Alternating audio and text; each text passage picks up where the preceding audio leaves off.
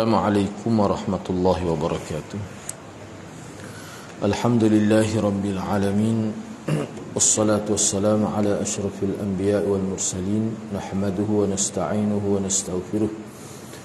Wa na'udzu billahi min shururi anfusina wa min sayyiati a'malina.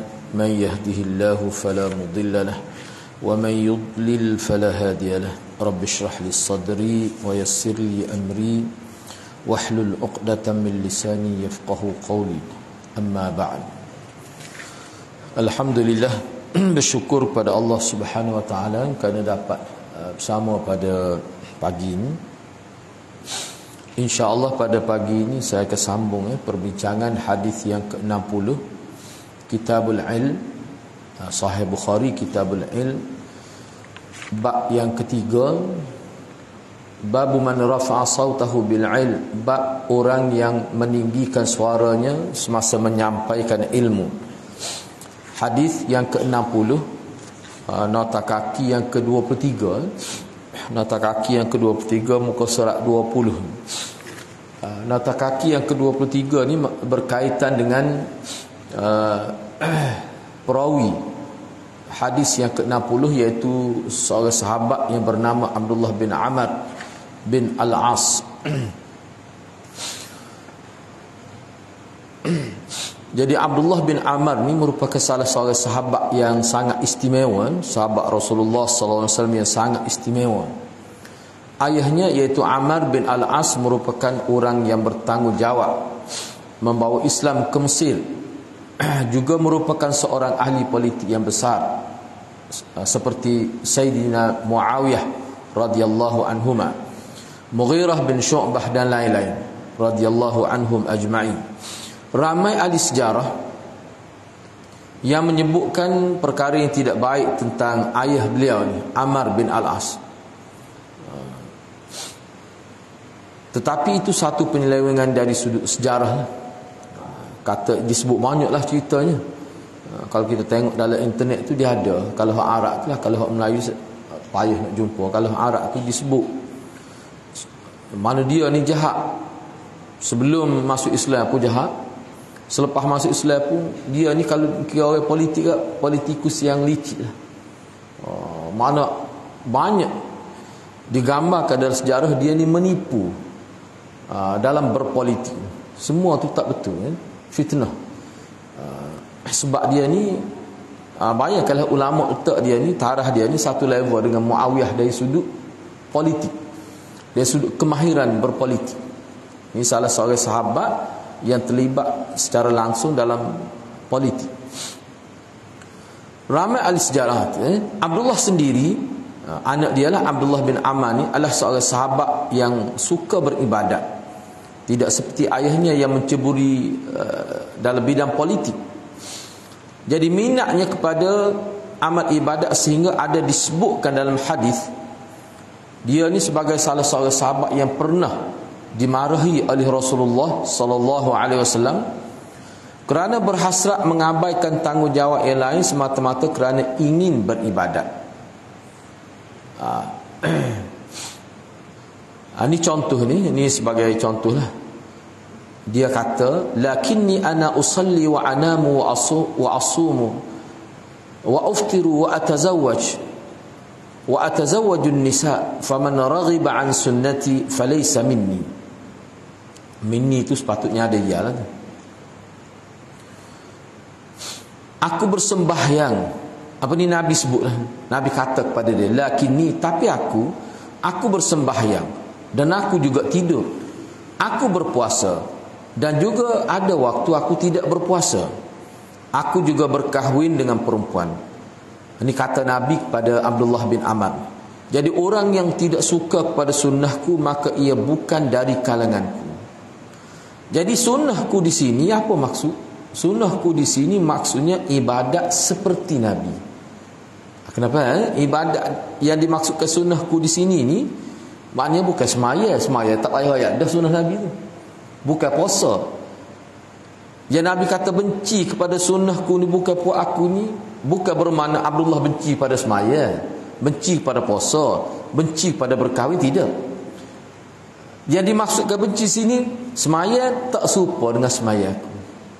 Puasa tak serupa dengan puasa aku. Lepas tu siapa tak nikah ni. Semua tu pernah dinekatkan oleh Abdullah supaya dia boleh fokus, boleh tumpu 100% hidup dia kepada ibadat. Bukan dia tak salat, bukan dia tak puasa, bukan dia kita kata tak nikah tu kerana nak berpoya-poya, tidak. Nabi tidak nafi itu. Cuma dia buat tu lebih daripada Nabi buat. Jadi lebih daripada Nabi buat, itulah Nabi kata bukan sunnah aku tu. Ada sudut tu. Jadi benci kepada sunnah aku di sini bermakna melakukan ibadat hak aku buat tapi tak serupa. Misalnya aku puasa, aku semaya tapi tidur juga malam. Dia tak tidur nak semaya. Kalau kita kata apa ni bahagian molek, apa dia? Kenapa? Muka bahagian molek. Muka dia nak semaya, bukan kata nak curi dah. Ya, sebab dia semaya tu lebih daripada hak Nabi buat. Lebih tu tak boleh. Tak boleh. Jadi hak Nabi buat ni, setakat Nabi buat tu, hak tu yang dikehendaki oleh Allah. Kalau buat lebih daripada hak Nabi buat, itu sudah dikira tanattu. Halakal mutanatti'un, halakal mutanatti'un, halakal mutanatti'un. Binasalah orang yang melampau dalam ibadat. Mana buat ibadat tak serupa dengan aku. Sebab itulah ulama letak asas dia ibadat ni, niat tu biar betul, lepas tu kaifiat kena betul, cara Nabi buat tu kena betul. Selain daripada ahli ibadat, Abdullah juga merupakan seorang ahli ilmu yang banyak mengajar. Bahkan di zaman Nabi sallallahu alaihi wasallam lagi beliau sudah ada mengumpulkan hadis-hadis dalam bentuk penulisan. Mana hadis tu dia kumpul, dia ada nota dia. Sehingga menjadi kitab lah. Dipanggil as-sahifah, lembaran yang sahih, atau disebut juga sebagai as-sahifatus sadiqah, lembaran yang benar. Abu Hurairah radhiyallahu anhu menyatakan bahawa Abdullah bin Amr melebihi dirinya kerana beliau selain daripada hafal dan menyebarkan hadis melalui ingatan, beliau juga ada menulis hadis. Jadi catatan dia ni rapi, catatan dia ni kemah lah, sehingga diyakini dia punya tepat catatan dia tu.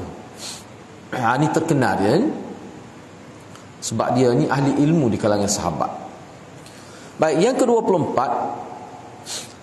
ke-24 dalam hadis ini disebutkan bahawa pernah Nabi, ni kata Abdullah bin Amr lah, dalam satu musafir, dia tak sebut. Kalau kita tengok dalam hadis Bukhari sini, dia tak sebut musafir ni musafir ke mana, dari mana, musafir mana, tidak disebut. Cuma dia kata dalam musafir ni pernah Nabi tertinggal ke belakang. Jadi kami dulu pak ke depan, Nabi jadi lewat. Dalam satu musafir. Riwayat ini menyebutkan satu perjalanan secara umum, gitu saja sebut. Tetapi riwayat dalam Muslim menjelaskan perjalanan manakah yang dimaksud dalam Sahih Bukhari ini. Abdullah bin Amr kata, dia kata raja'na ma'a Rasulillah sallallahu alaihi wasallam min Makkah ila al-Madinah. Kami pulang bersama Rasulullah sallallahu alaihi wasallam dari Mekah ke Madinah, dari Mekah ke Madinah. Jadi maknanya perjalanan dari Mekah ke Madinah yang tersebut dalam hadis Abdullah bin Amr ini dalam riwayat Muslim ni, mungkin sekali semasa pulang daripada mengerjakan haji wada'. Karena beliau memang ada bersama dalam perjalanan haji wada' ni, mana tahun ke-9. Tahun ke-9. Mungkin juga perjalanan pulang ni dari Ghazwah Al-Fath, Ghazwatul Fath. Tetapi semasa pulang dari Ghazwatul Fath, tidaklah mereka terus dari Mekah tu terus pulang ke Madinah, tidak. Sebaliknya mereka singgah di Ji'ranah. Tapi mengikut ulamanya, kira-kiranya dari Mekah lah tu, cuma singgah, berhenti, bermula perjalanan itu daripada Mekah. Tu. Yang ketiga, ada juga kemungkinan perjalanan yang dimaksudkan dalam hadis itu semasa pulang dari Umratul Qada pada tahun ke-7 Hijrah. Hak ni berlaku selepas Suluh Hudaibiyah itu, yang berlaku pada tahun ke-6. Suluh Hudaibiyah ni berlaku pada tahun ke-6 dalam bulan Zulqa'dah itu. Itu. Jadi pada tahun itulah dikatakan Abdullah bin Amr bin Al-As ni memeluk agama Islam. Kebanyakan ulama kata peluk agama Islam ni mana dia dulu memeluk Islam daripada ayah dia. Ni. Tak apalah tu Rasulullah SAW dikatakan ketinggalan di belakang kami dalam perjalanan itu. Pada kebiasaannya pembesar-pembesar dunia berjalan mendahului orang-orang lain. Jadi kalau kita tengok dalam peristiwa ni, mana Rasulullah ni dia agak berbeza sikit. Mana kita kata tidak ikut protokol sangatlah. Kita kata tak.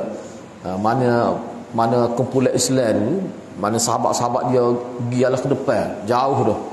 Mana dia ni duduk masih di belakang lagi.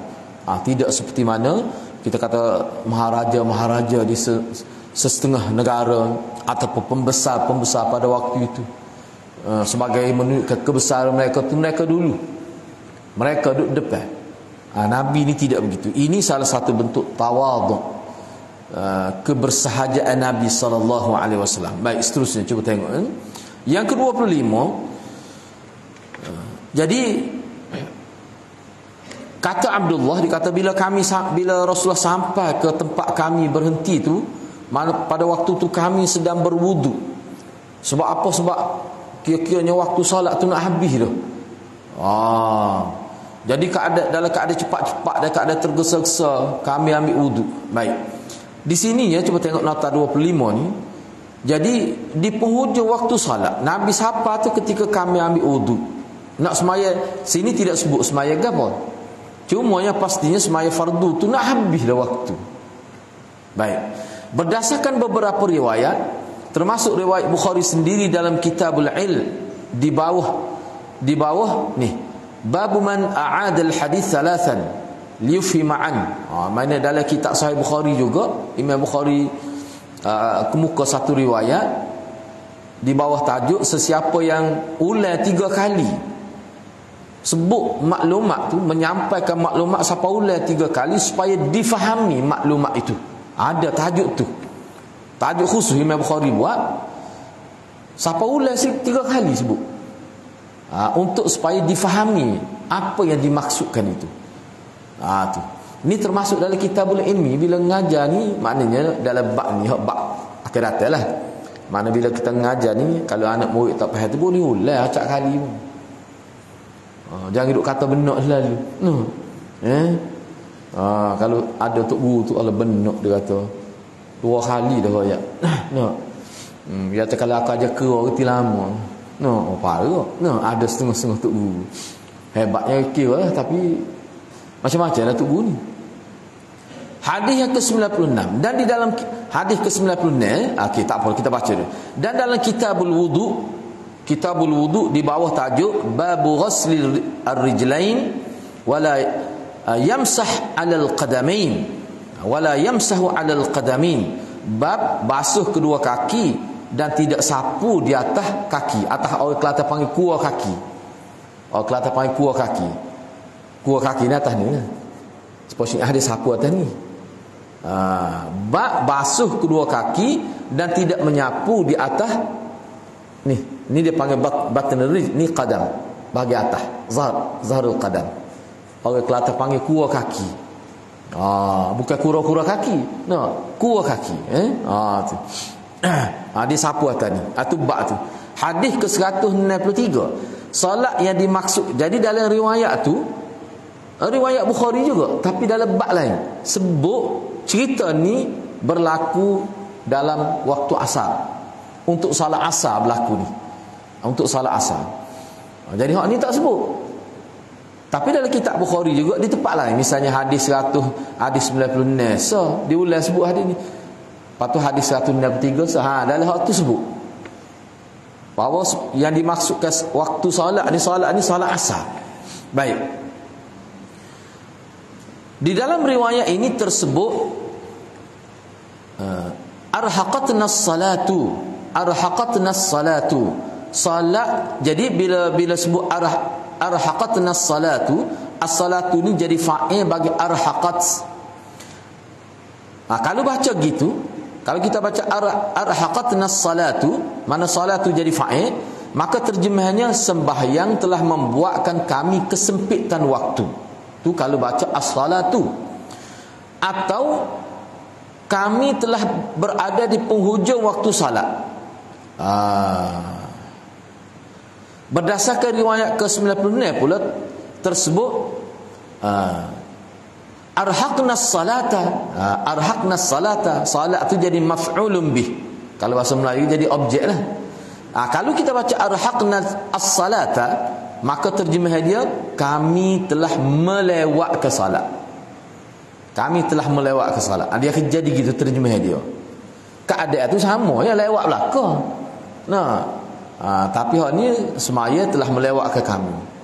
Kami telah melewat ke salat. Beza gitu ya. Kalau baca as-salatu, mana salat telah melewat ke kami ataupun menyempitkan waktu kami sehingga jadi tergesa-gesa ambil wuduk tu. Kalau kita baca as-salata, mana kami telah melewat ke salat. Baik. Ada juga riwayat yang menyebutkan arhaqana as-salatu, arhaqana as-salatu. Kalau orang belajar bahasa Arab agak, maknanya as-salatu, arhaqana as-salatu. Jadi arhaqa guna fa'il tu dalam bentuk muzakkar, tidak muannas, sedangkan as-salatu muannas. Tak apalah tu. Salat sebagai fa'il juga seperti bacaan pertama, ertinya sama dengan yang pertama, arhaqatnas salatu, samanya. Riwayat ini juga betul. Kalau baca arhaqanas salah betul juga. Sebab apa? Sebab dia kata salat ni bukan muannas hakiki, dia ni muannas majazi, tidak hakiki. Kalau kita anggap sebagai hakiki, kena arhaqat, kena baca gitu. Ni bagi belajar bahasa Arab baik. Seterusnya, tu ayat perbezaan. Cuma hak pentingnya, poin yang paling utama nak sininya, kita boleh tahu semaya itu semaya asal dengan kita lihat riwayat lain. Tu dalam Bukhari juga. Baik, seterusnya. Nota kaki yang ke-26. Jadi dalam keadaan mahu cepat tu, kata Abdullah bin Amr, maka kami hanya menyapu bahagian atas kaki kami saja. Kami sapu. Jadi Nabi tengok tu, jadi bila kata sapu ni makna tak sempurna lah. Sebab kaki ni termasuk anggota yang kena basuh. Tu. Baik. Ya ke apakah benar-benar bermaksud sapu supaya Syiah? Sebab Syiah dia sapu. Dia sapu ya kaki dalam internet ni, bahaya benar. Adalah ustazah mengajar kafan. Jadi anak murid dia kata boleh juga sapu sebab dia tengok dalam internet. Hak sapu tu Syiah tu. Dia tak serupa dengan ahli sunnah. Kita ke basuh kaki. Selagi ni kadang-kadang orang kita terlepas pandai lah. Selagi misalnya tangan hingga ke siku, jangan start di siku dulu. Jangan ambil wuduk start di siku. Ada anak tengok begitu. Anak pernah tegur lah. Dia buka baik, dia olah siku. Itu Syiah tu. Kitanya ilal mirfaqain, daripada tangan ke tangan ilal mirfaq, daripada sini. Kalau kita guna paip pun kena start sini. Hak tu jelas dalam Quran. Tapi kalau dalam Syiah, kalau tengok dalam kitab fiqh dia, dia uwi siku dulu. Tak serupa dengan ahli sunnah. Jadi kena buat molek lah. Sah lah kau ulama katanya. Memang sah tu sah. Cuma sifat wuduk tu tak kena. Baik. Jadi gapo dia makna sunnah betul ke sahabat ni sapu alik atas saja ni? Kalau gitu serupa dengan Syiah lah pula. Nampak benar tak erti sahabat tu. Kau lagu mana sebenarnya? Cuba tengok Ni semua ni dari sudut bahasa Arab. Ulama kita faham dari sudut bahasa Arab. Makna yang sebenarnya di sini bukanlah menyapu sahaja seperti yang dilakukan oleh golongan Syiah dah, tetapi membasuh dengan cepat sesuai dengan penggunaan perkataan masaha yang dengan erti al-ghuslul khafif. Al-ghuslul khafif. Al-ghuslul khafif, iaitu pembasuhan yang ringan atau ringkas. Tu. Hak ni kalau kita tengok dalam kitab, misalnya kitab Nasai, hak basuh lagu ni kalau wuduk sudah ada dah, tak apa. Dia panggil basuh, dia panggil ambil wuduk ringan. Itu tak apa. Tak gosok, tak apa pakai. Kalau mana sapu lebih kurang gitu, tak kata apa, tak apa. Sebab wuduk tu wuduk ringan dia panggil. Istilah ulama. Walaupun setengah-setengah ulama tak setuju, dia kena serupa juga dia kata. Misalnya kita ada wuduk dah. Kita ambil wuduk pukul 10 pagi. Tiba-tiba maya zuhur wuduk tak batal lagi. Kita pun nak ambil pula wuduk. Wuduk tu bukan wuduk untuk jadi syarat sah semaya, sebab kita ada dah wuduk. Dia panggil wuduk khafif. Wuduk yang ringan. Tu tak apa kalau lagu ni. Mengikut kebanyakan ulama. Sebab apa? Sebab kita tu orang panggil tajdid wuduk. Wuduk ada dah. Hak ni dak ni. Wuduk yang menjadi syarat sah ni. Sebab tu dia kena betul benar ni. Dia kena betul benar ni. Maksudnya ialah oleh kerana kami telah berada di penghujung waktu asar, kami dengan tergesa-gesa membasuh kaki kami dengan basuhan ringkas atau sedikit yang tidak meratai ke semua bahagian kaki. Basuh ni tapak kaki pun kena basuh. Ambil wuduk ni. Oleh kerana cara basuhan seperti itu masih tidak memadai untuk wuduk dan ia tidak sesuai dengan ajaran Al-Quran dan Nabi SAW, baginda menegur mereka dengan keras. Wailul lil aqabi minan nar. Mana kerah tu bahasa tu. Kalau kita terjemuh itu, masuk neraka wail orang yang basuh kaki tak sempurna. Tak kena bahagian tumit tu. Aqab tu makna tumit-tumit. Tu kasar pun derah pula tu suara tu. Tu. Baik, cuba kita tengok nota yang ke-27. Jadi kami hanya menyapu bahagian atas kaki kami sahaja. Maka baginda sallallahu alaihi wasallam berteriak dengan setinggi-tinggi suara dengan mengatakan wailul lil aqabi minan nar. Kecelakaan berupa api neraka untuk tumit-tumit. Mana tumit-tumit tak rata tu masa basuh kaki tu. Baik, di sinilah terletak kesesuaian hadis dengan tajuk yang ketiga yang kita bincang ini. Berteriak atau bertempik biasanya berlaku dalam keadaan kecemasan dan terlalu bahaya. Contohnya ketika seseorang itu hampir dilanggar kereta, ketika berlaku kebakaran, ketika ada orang lemas dan sebagainya. Jadi dalam keadaan dan suasana yang menuntut suara dikeraskan, boleh saja seseorang menggunakan pembesar suara atau berteriak dan bertempik dengan tujuan menyampaikan ilmu atau mengingatkan orang-orang tertentu daripada mendapat bahaya. Jadi Rasulullah sallallahu alaihi wasallam sendiri dalam kesempatan tertentu, selain daripada hadis ni lah, ada lagi riwayat yang menunjukkan ada juga Nabi guna suara yang tinggi dan keras, macam bertempik lah. Selain daripada riwayat ni, misalnya di sini dikemukakan riwayat daripada Jabir bin Abdullah. Jabir bin Abdullah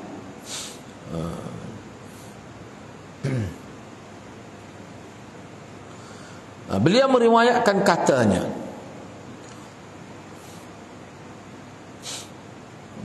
jadi Jabir ni apakah? Sebab Jabir ni ada Jabir bin Abdullah bin Amr bin Hiram. Tu rasa ni ana pun tidak sempat nak cek. Baik. Kata Jabir bin Abdullah, dikatakan Rasulullah sallallahu alaihi wasallam idza khataba ihmarrat 'ainah wa 'ala sautuhu washtadda ghadabuh. Bermaksud Rasulullah sallallahu alaihi wasallam kalau berucap, yakni berkhutbah. Tapi hak ni kebanyakan ulama tahu khutbah hak berkait dengan khutbah peperangan. Khutbah jemaah tidak gitu. Kalau berkhutbah siapa merah kedua belah matanya, suaranya tinggi dan kemarahannya memuncak. Setengah ulama dia kata hak ni dalam kih yang sesuai dengan topik lah. Tapi biasanya dalam peperangan, khutbah untuk pergi perang. Tu memang lain lah cara dia tu. Khutbah nikah tak ayah hak gitu. No. Ataupun khutbah jemaah ni ulama kata khutbah dalam peperangan. Baik, An-Nu'man bin Bashir meriwayatkan katanya, aku mendengar Rasulullah sallallahu alaihi wasallam berucap, kata baginda, aku memberi amaran kepadamu dengan neraka. Ni hak lain pula ni. Aku memberi amaran kepadamu dengan neraka. Aku memberi amaran kepadamu dengan neraka. Jadi kata Nu'man, dia kata napa buat Nabi tekan suara. Mana nyaring suara Nabi. Sehingga derah tak derah suara Nabi tu, kalau orang berada di pasar sana tu, nescaya dia mendengar suara Nabi dari tempatku ini. Tapi hak ni masa khutbah ni, mimbar di masjid Madinah, ada juga derah gitu. Tapi cuba tengoklah gapo dia kata-kata dia tu, aku memberi amaran kepadamu tentang neraka. Berkait dengan hak tu. Berkait dengan hak tu. Baik, di dalam riwayat Nu'man bin Bashir yang lain disebut begini, hatta law kana rajulun kana fi aqsa as-suq sami'ahu wa sami'a ahlu as-suq sautahu wa huwa 'ala al-mimbar. Begitu kuat suara Nabi masa dia sebut tadi tu, Sehingga kalau seseorang berada di hujung pasar sana tu, di hujung pasar tu, nescaya dia boleh dengar suara Nabi SAW. Dan suaranya boleh didengari oleh orang-orang di pasar ketika beliau SAW berucap di atas mimbar. Ini dalam Musnad Imam Ahmad. Baik, bila sampai di sini timbul satu kemusykilan. Apa yang jadi? Apakah Nabi ni tidak mengajar sahabat dia cara wudu? Siapa genimo lah ni? Nah, mana berlaku ni bukan seorang dua, sebab dia kata kami. Sebab Abdullah bin Amr ni kata kami, mana ramai tu. Tidak seorang dua tu. Jadi apakah Rasulullah tak ajar? Maknanya jahil kau sahabat ni. Sedangkan solat tu menjadi punca lah, sah tak sah semaya sebab dia syarat. Timbul kemusykilan begitu. Jawapannya ialah tentu sekali Nabi telah ajar mereka. Cuma boleh jadi sebahagian mereka ni tidak mempraktikkannya dengan sebaik mungkin dalam keadaan ini. Kerana keadaan ini mereka tergesa-gesa. Sebut tadilah nak lewat, nak habis dah waktu asar ni. Jadi ambil gaduh-gaduh kita kata. Atau mereka fikir sudah memadai dengan menyapu begitu kerana telah kesuntukkan waktu tu. Itu boleh jadi kerana keadaan itulah yang menyebabkan jadi gitu. Kita nak kata sahabat ni tak erti, Nabi tak ajar, itu agak tidak logik lah. Baik, nota yang ke-28. Yang ke-28, jadi Nabi sebut wailun, kecelakaan berupa api neraka. Kecelakaan berupa api neraka. Kalimah dia wailun. Baik, cuba kita tengok di sini. Jadi dalam terjemah ini perkataan wailun, banyak ke Quran guna wailun ni. Wailul lil mutah, wailul likulli humazati, banyak wailun. Dalam terjemahan ini kalimah wailun diterjemah dengan erti kecelakaan. Selain memberi erti kecelakaan, perkataan wailun juga mengandungi erti-erti lain seperti azab, seksaan, kerugian dan kebinasaan. Di dalam setengah riwayat tersebut wailun wadin fi jahannam. Wailun wadin fi jahannam. Wail ini adalah satu lembah atau lurah dalam neraka jahannam. Di dalam riwayat lain pula disebut wailun wadin fi jahannam yasilu minhu sadidu ahli nar. Bermaksud wail adalah satu lembah, lurah di dalam neraka jahannam, mengalir daripadanya nanah ahli neraka. Dalam syarah sebut mengalir itu maksudnya segala cecair yang keluar daripada penghuni neraka ni bila dibakar dia akan pergi ke sungai tu lah. Dan banyaknya sehingga dia yasil, mengalir. Dan dalam setengah riwayat sebut itulah air minuman ahli neraka. Itu disebut. Tu tak boleh nak bayar lah lagu mana tu. Dalam menggelegak, mana air dana, air nano semua pergi situ. Jadi satu sungai pula. Baik. Mengalir wail juga adalah kalimat azab. Kalimah wail ni digunakan dalam bahasa Arab sama ada Quran ke hadis dalam percakapan biasa ke, dia merupakan kalimah yang menunjukkan azab ataupun kata-kata yang sumpah seranah lah. Manakala waih pula kalimatu tarahum wa tawajju'. Kalimah waih ni adalah kalimah tarahum wa tawajju', iaitu kata yang menunjukkan kasihan belas dan simpati. Tu. Sebab digunakan belaka dalam hadis ni. Baik, cuba kita tengok. Kepada orang yang mendapat kecelakaan, kerugian atau kebinasaan dan dia memang berhak serta layak mendapat kecelakaan, maka dikatakan wail, ada dalam bahasa Arab. Tetapi kepada orang yang mengalami kecelakaan, kerugian atau kebinasaan padahal dia tidak patut dapat, dia tidak layak pun dengan kecelakaan itu, tapi dia alami kecelakaan itu, dalam bahasa Arab disebut waihun.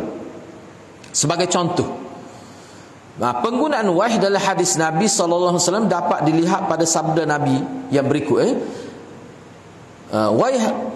Waihu Ammar, waiha Ammar, taqtuluhul fi'atul baghiyah. Kasihannya Ammar, dia akan dibunuh oleh golongan pemberontak. Hadis riwayat Bukhari, Ahmad Ibn Hibban dan Al-Hakim. Hadis ni ramai sahabat riwayat, berbelah-belah orang sahabat riwayat hadis ni. Hadis ni menjadi dalil pada Syiah bahawa Muawiyah ni adalah kumpulan pemberontak. Dan ramai juga ulama ahli sunnah kata hadis ni menjadi dalil bahawa Muawiyah tu salah dalam peperangan Siffin tu. Kelompok Muawiyah ni kelompok yang salah, bahkan dia disebut sebagai al-fi'atul baghiyah, kumpulan pemberontak. Sebab apa? Sebab Ammar ni berperang di pihak Sayyidina Ali, dan Sayyidina Ali, dia mati. Bahkan Hafiz Ibn Hajar pun kata gitu. Dah lama lah anda tengok dalam internet tu dia punya kenyataan. Kita bila kita tarik hadis ni, pandangan ulama bukan hadis banyak sungguh. Cumanya ramai juga ulama dia kata tak betul tu. Banyaklah disebut kenyataan bahawa hak ni tidak bermaksud Muawiyah. Jangan salah faham. Sebab anda pernah dengar seorang profesor mari ke Kelantan pun dia kata Muawiyah lah kumpulan pemberontaknya. Ni berdasar hadis. Sebab tu Muawiyah ni berada di pihak yang salah. Jadi Sayyidina Ali berada di pihak yang benar. Masalahnya gini, ni. Nabi ada sebut juga. Nabi kata sampaikan berita gembira bahawa orang yang bunuh Zubair itu dia ahli neraka. Zubair ni mati bila? Zubair ni mati dalam peperangan Jamal. Masa tu dia berpihak kepada Talhah dan Aisyah, dan Zubair ni dia lawan Sayyidina Ali dalam peperangan itu. Zubair mati. Lepas tu kita nak kata wan. Maknanya orang kira-kiranya Zubair mati berpihak pada Talhah dan Aisyah. Kan dia dua kumpulan tu. Kita tidak nak bincang ada peperangan Jamal ni apa maksud sebenarnya. Tapi hukum mana Zubair dan Talhah mati. Talhah tu Nabi kata ni jiran aku dalam syurga ni. Kata Talhah, nah, hadza jari fil jannah, Nabi kata kepada dia. Banyak lagi lah riwayat ini. Baik, nak kata lagu mana? Mana kalau kita guna hak ni untuk Muawiyah, mana hak tu untuk Sayyidina Ali. Jadi Sayyidina Ali Muawiyah ahli neraka belaka. Gitu. Sebab itulah ulama kata al-fi'atul baghiyah ni yang bunuh Ammar ni, fi'atul baghiyah ni kelompok yang tiga. Pihak yang tiga.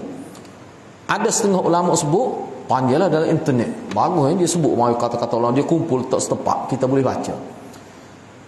Walaupun nampak zahir, nampak perih antara kumpulan Muawiyah Sayyidina Ali, sebenarnya dia ada pihak tiga. Pihak inilah yang menjadi batu api, dan pihak inilah yang pembunuh Sayyidina Uthman. Jadi seolah-olah hadis ni, kesiannya Ammar dia dibunuh oleh puak-puak pemberontak. Puak-puak pemberontak ni puak-puak yang menjadi batu api yang melaga-lagakan dua kumpulan ni. Jadi puak ni lah yang mengheret sehingga berlaku perperangan itu. Puak ni lah sebenarnya fi'ah bariyah hakikat. Banyak dalil ulama kemuka. Misalnya Sayyidina Ali sendiri, riwayat sahih. Sayyidina Ali kata tentera Muawiyah mati syahid juga. Sahih riwayat tu. Dia kalau tentera Muawiyah mati syahid, tentera dia mati syahid, jadi guana dua-dua tentera mati syahid belakang ni. Maknanya Sayyidina Ali sudah dia faham dah. Ana cukup yakin daripada apa yang anda baca, Sayyidina Ali dia faham berlaku peperangan ni kerana fitnah pihak ketiga. Ni si Ahmad dia kata tengok ahli sunnah nak suruh kita sama. Pihak ketiga siapa dia? Bobok mu lah. Bobok Syiah Rafidah tu. Bobok dia marah nak tengok kenal kita. Dah ada dalil, ada bukti. Dalam peperangan Jamal begitu kok. Dalam peperangan panjang cerita kena sebut, tapi kukuk mana pun Zubair mati di balik tentera Aisyah dan Talhah. Maknanya kira bunuh tentera Sayyidina Ali. Kalau nak kira hak ni tak, maknanya tentera Sayyidina Ali ahli neraka juga. Sebab Nabi kata sampaikan berita gembira, masuk neraka pembunuh Zubair. Siapa dia bunuh Zubair? Tentera Sayyidina Ali. Tu. Cuma dalam kitab dia sebut hak betul-betul hak bunuh tentera hak duk Ali Sayyidina Ali nama apa? Al-Jumus nama. Tak silap Al-Jumus nama. Hak tu hak bunuh Zubair. Zubair bin Al-Awwam. Siapa dia Zubair ni? Zubair ni sebenarnya sepupu Nabi juga. Anak Safiyah binti Abdul Muttalib. Dan Zubair ni adalah anak saudara Khadijah. Kalau kita tengok dalam buku senara tu, rupanya dia ni anak saudara Khadijah binti Khuwailid. Maknanya dia ni kira anak saudara Nabi juga. Kalau dari sudut mak Daud Safiyah maknanya sepupu.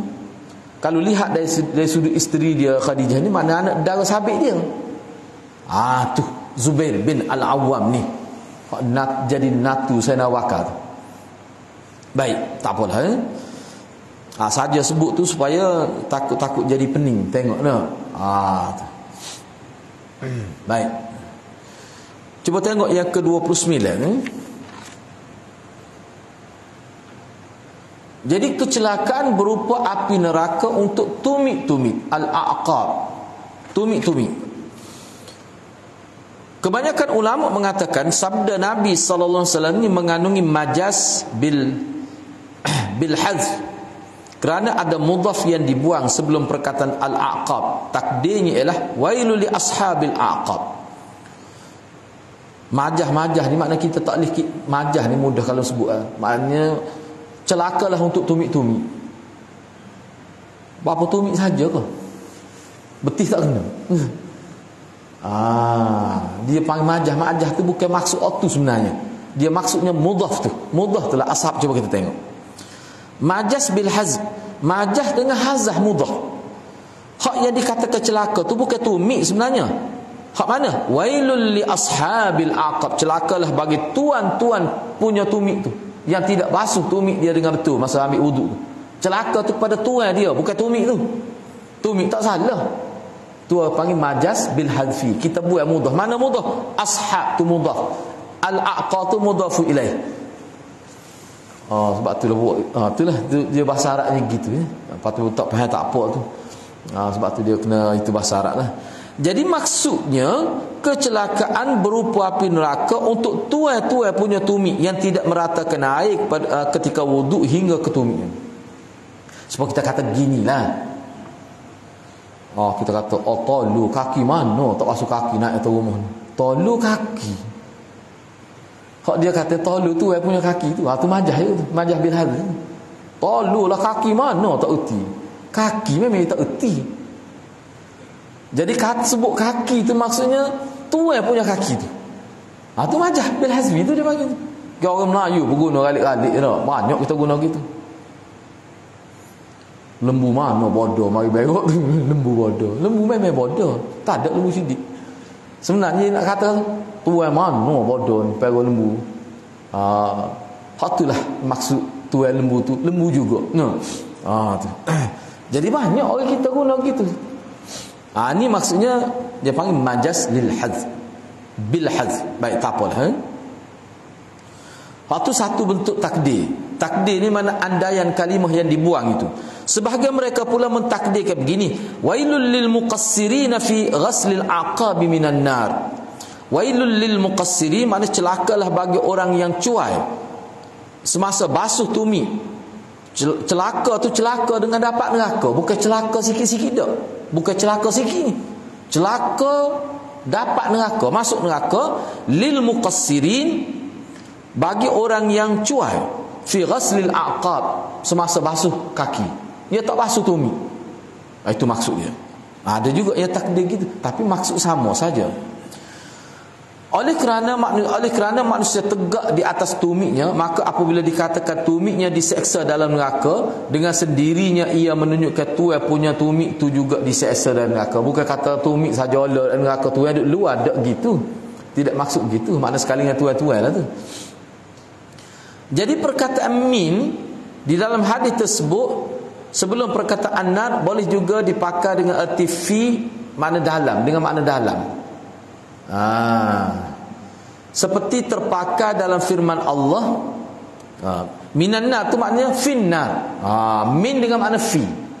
Minan nar makna finnar. Banyak gitu dalam bahasa Arab. Cuba tengok sini. Idza nudiya lis-salati min yaumil jum'ah, apabila diserukan azan untuk mengerjakan sembahyang pada hari Jumaat. Pada tu makna pada hari Jumaat, bukan pada dari hari Jumaat. Memang min ni terjemah asalnya daripada. Tapi dia ada juga terjemahan dia, maknanya di dalam ataupun pada. Supaya ala lah, ala kan? Ala terjemahannya di atas asalnya. Tapi ala juga setengah-setengah ayat kena terjemah dengan bi, dengan. Bagaimana hadis tu Nabi kata antara sunat buka puasa tu alat tamri. Ya. Berbuka alat tamri, berbuka di atas utama. Nak terima gitu? Patutlah mana berbuka di atas utama? Duduk atas utama ke? Orang tak terjemah gitu. Walaupun ala tu asalnya di atas, tapi kita terjemah alat tamrin dengan bitamrin, bitamr dengan tama. Orang terjemah dengan. Dia ada gitu dalam bahasa Arab. Baik. Setengah ulama pula berpendapat tidak perlu ditakdirkan apa-apa di sini. Tak payah takdir, dia kata. Memadailah dengan makna tumit-tumit itu sendiri yang akan diazab dengan api neraka. Sesuai dengan kesalahan yang dibuat berpunca daripada tidak meratakan air pada bahagian tumit. Bila bakar tumit dengan api neraka tu, tak payah royak sekali dengan tuan-tuan dia tu. Orang tidak kerak tumit saja, buah neraka. Sekali dengan tuan-tuan dia tu maksud. Tak payah duk takdir. Memang orang akan faham gitu dah.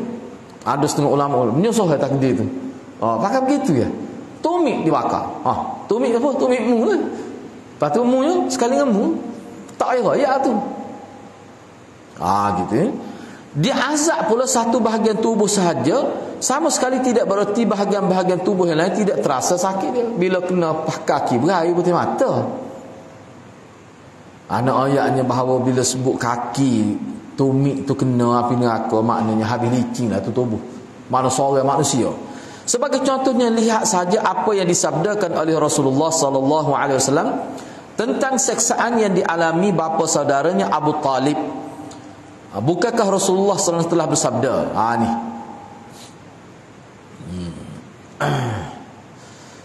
Nabi kata ahwanu ahli nar azaban Abu Talib wa huwa munta'il bina'lain ya'li minhuma dimaghuh.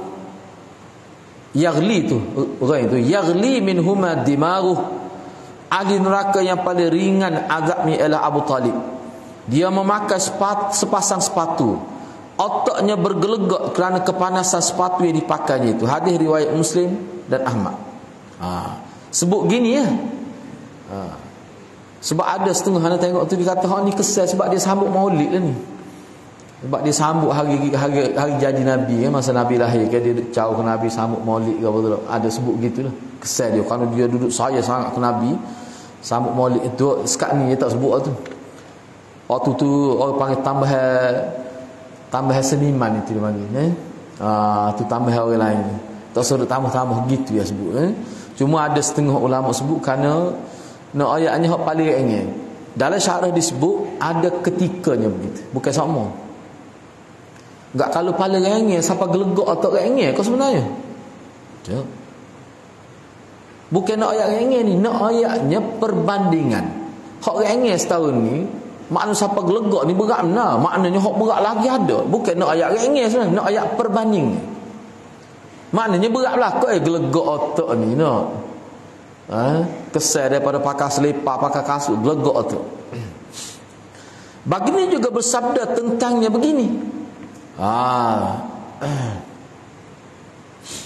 La'allahu tanfa'uhu syafa'ati yaumal qiyamah fayuj'alu fi dhahdahi minan nar yablu ka'bayhi yaghli minhu dima'u. Ni. Semoga syafaatku berguna kepadanya di hari kiamat nanti. Semoga harap-harap dia akan diletakkan di bahagian neraka yang paling cetek hingga ke buku lali. Begitupun walaupun buku lali pun api neraka tu sudah bergelegak otaknya. Harap-harapnya dia dapat syafaatku. Tapi syafaat ni untuk ringan saja, bukan untuk keluar daripada neraka. Tu. Azab yang disebutkan dalam hadis ke-60 ini wailul lil aqabinan nar.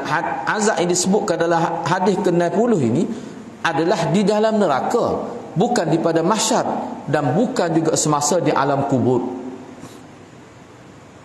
Maknanya azab ni azab neraka, bukan azab di pada mahsyar, bukan azab di alam barzah, tidak. Maknanya beratlah. Jadi apa dia maksud sini? Maknanya perbuatan ni perbuatan yang besar. Sebab apa? Kegagalan mengambil wuduk dengan sempurna menyebabkan wuduk tidak sah. Akhir sekali solat jadi tak sempurna. Bayangkan dia ambil satu wuduk, dia sembahyang untuk solat zuhur dengan asar. Dua waktu tu tak jadi. Kis solat, kis satu wuduk. Kalau sah pun berat dah. Itu makna sebab tu perkara ni kena jaga benar. Supaya anak disebut dah lah, ada anak tegur orang tua tu kan, dia basuh memang nampak tak rata sebab dia tak gosok, dia olok yang kaki dia buat gitu. Kita nampak macam tak rata, kita tegur dia marah. Padahal ni berat ni. Kalau kita tengok hadis ni berat, tu pun anak tegur tu pergi dekat dia, tidak ada tepik pun Nabi buat ni. Moga dia punya pejabat Masjid London kita tak depan kan, kalau baru kita tak depan alik sana tu tempat ambil wuduk mudah nampak. Orang tak kejut. Kita pun tak ada orang pergi royak ke dia, pakcik kena gosok. dan kena pastikan rata. Oh, dia marah. Dia kata memang betul dah dia kata. Oh, dia marah gitu. Padahal tak ada orang pun tegur tu, tidak malu dah dia tak ada orang. Tapi begitulah manusia. Nyanyi lah tu. Ni mana beratlah. Baik, tak apalah, kita tengok antara pengajaran, panduan, pedoman dan hukum hakam yang terdapat dalam hadis yang ke-60 ni. Berapa sini? Sampai 12 kesimpulan. Yang pertama, hadis ini selain daripada menyatakan kepentingan menjaga waktu sembahyang, juga memberitahu tentang sia-sia sembahyang yang dilakukan dengan tidak sempurna syarat dia. Sebab wuduk ni wuduk menjadi syarat sah sembahyang. Jadi kalau untuk syarat sah dia gagal memenuhi syarat sah sembahyang, menyebabkan sembahyang jadi tak sah, maka sia-sia walaupun sembahyang molek. Yang kedua, dapat difahami juga daripada ancaman api neraka itu bahawa tidak sempurnanya wuduk menjadi punca dosa besar kerana tak sah salat. Yang ketiga, keharusan berteriak atau menggunakan apa-apa alat untuk menyampaikan maklumat dari jarak jauh sekiranya ia boleh membawa kepada bahaya. Mana guna mikrofon ke? No. Ataupun guna alat pembesar suara, tak kira lah. Untuk kebaikan maksudnya. Itu boleh, tidak salah. Tidak dikira jakun tu. Sebab Nabi sebut, Nabi ni salah satu sifat Nabi, dia tidak kecek dia lah. Kalau pergi kedai tidak duduk tepik seporang kedai tu. Hak tu memang sifat biasa Nabi. Jadi hak ni dalam kisah tertentu ada berlaku gini. Yang keempat, perkara yang dianggap kecil dan tidak seberapa oleh kita, tidak semestinya tidak mempunyai apa-apa implikasi dari risikonya. Mungkin juga ia menjadi penyebab kepada kemusnahan kita kelak jika tidak dijaga dengan baik. Kadang-kadang sesuatu yang kecil sahaja dia boleh jadi besar. Sebab apa? Sebab kaitan dengan yang lain. Misalnya tak betul, tak sah wuduk, tiba-tiba jadi tak sah sembahyang. Padahal wuduk ni kita kata orang panggil syarat sah ya, bukan benar target. Dia punya ibadat maksudah. Hak ibadat maksudah ni istilah dia, istilah ibadat maksudahnya sembahyang tu. Wuduk ni wasilah je. Baik. Yang kelima, kaki termasuk tumit hingga ke buku lali wajib dibasuh dengan sempurna ketika berwuduk. Menyapu saja tidak memadai. Kalau ia memadai dengan hanya menyapu, tentulah Rasulullah sallallahu alaihi wasallam tidak berteriak sebegitu rupa, dan tentulah Nabi tidak ancam sahabat dia dengan wail, dengan neraka jahanam itu, dengan wail itu. Yang keenam, anggota-anggota wuduk selain kaki yang wajib dibasuh juga mestilah dibasuh dengan sempurna. Tidak sah wuduk dengan meninggalkan mana-mana bahagian daripadanya tanpa dibasuh. Kena molek lah, kena gosok. Sebab itulah dia panggil ad-dalk. Ad-dalk ni maknanya maksud basuh, kalau dalam konteks bahasa adalah sapu termasuk. Bukan dia orang tak ambil basuh kalau buat gini. Misalnya dia wuduk dia buat gini. Memang rata, tapi dia tak basuh. Memang ulama kata sah, tapi kurang pahala, sangat kurang, nipis benar pahala. Dia olah air ataupun dia celup dalam kolah. Dia celup. Kolah tu lebih kolah, tapi nilai lebih dari 2 kolah. Bukan 2 kolah, 2 butir kolah dah. Dia celup misalnya, celup. Tak rosak ke apa pun. Memang ulama kata sah, tetapi tu tidak menepati sifat wuduk. Mana kalau boleh pahala pun nipis benar. Kena jagalah tu. Yang ketujuh, kewajipan mengajar dan membimbing orang jahil tentang seluk-beluk agama. Yang ke-8, tubuh dan jasad manusia yang melakukan dosa-dosa tertentu juga diseksa dalam neraka. Inilah pegangan Ahlus Sunnah wal Jamaah. Maknanya tubuh orang Islam lah, orang Islam. Mana orang Islam yang mana tak cukup, orang panggil tak cukup syarat untuk masuk syurga, memang dibakar dalam neraka. Itu memang Ahlus Sunnah terima. Tapi dia tidak kekal, sebab dia masih beriman. Hak kekal ni hak telah rasa iman. Itu Ahli Sunnah terima gitu. Yang ke-9, keharusan mengangkat suara dan meninggikannya ketika mengajar. Ini kalau dirasakan perlu. Yang ke-10, orang alim yang mengetahui hendaklah menegur apa-apa tindakan orang ramai yang menyalahi hukum hakam agama. Dalam tegurannya itu dia boleh menggunakan suara yang keras, bahkan bertempik sekalipun bila difikirkan perlulah. Yang ke-11, keharusan mengulangi menyebut sesuatu perkara sebanyak beberapa kali dengan tujuan mengingatkan dan menimbulkan rasa prihatin terhadapnya. Yang ke-12, Nabi SAW selalu menggunakan bahasa majaz. Bahasa majaz ni makna tidak seperti makna kalimah tu, tapi makna lain. Makna kalimah ni gini, tetapi yang dimaksudkan tu lain. Dia panggil majaz. Tu salah satunya. Maksud majaz ni banyak jenis lah. Orang panggil kata pinjaman ataupun bahasa berkias, bahasa kiasan dan sindiran dari percakapan dia. Termasuk juga membuang perkataan-perkataan tertentu apabila keadaannya mengkehendakinya. Gitu. Gitulah. Contoh kalau kita ambil ginilah, misalnya tasbih, tu termasuk majaz juga. Mari dah ular tu. Pada kau tu pakai pi. Ular. Mana ular tu bukan makna ular sebenar tu. Maknanya kecek belik. Kecek belik. Kalau dalam bahasa Arab dia panggil apa ni? Tasbih balik. Tasbih balik tu. Tasbih mari dah ular tu. Dia tidak kata mari dah orang yang diibaratkan seperti ular tu, panjang kecek lagu tu. Dari sudut beliknya bercakap, tu wajah Sabah dia tu. Tu payah. Pakai sebut lalu ular mari tu. Tu. Dalam bahasa Arab memang orang Melayu kita pun ada guna gitu. Quran hadis pun guna gitu. Baik, untuk minggu hadapan kita akan bincang tajuk yang keempat ni.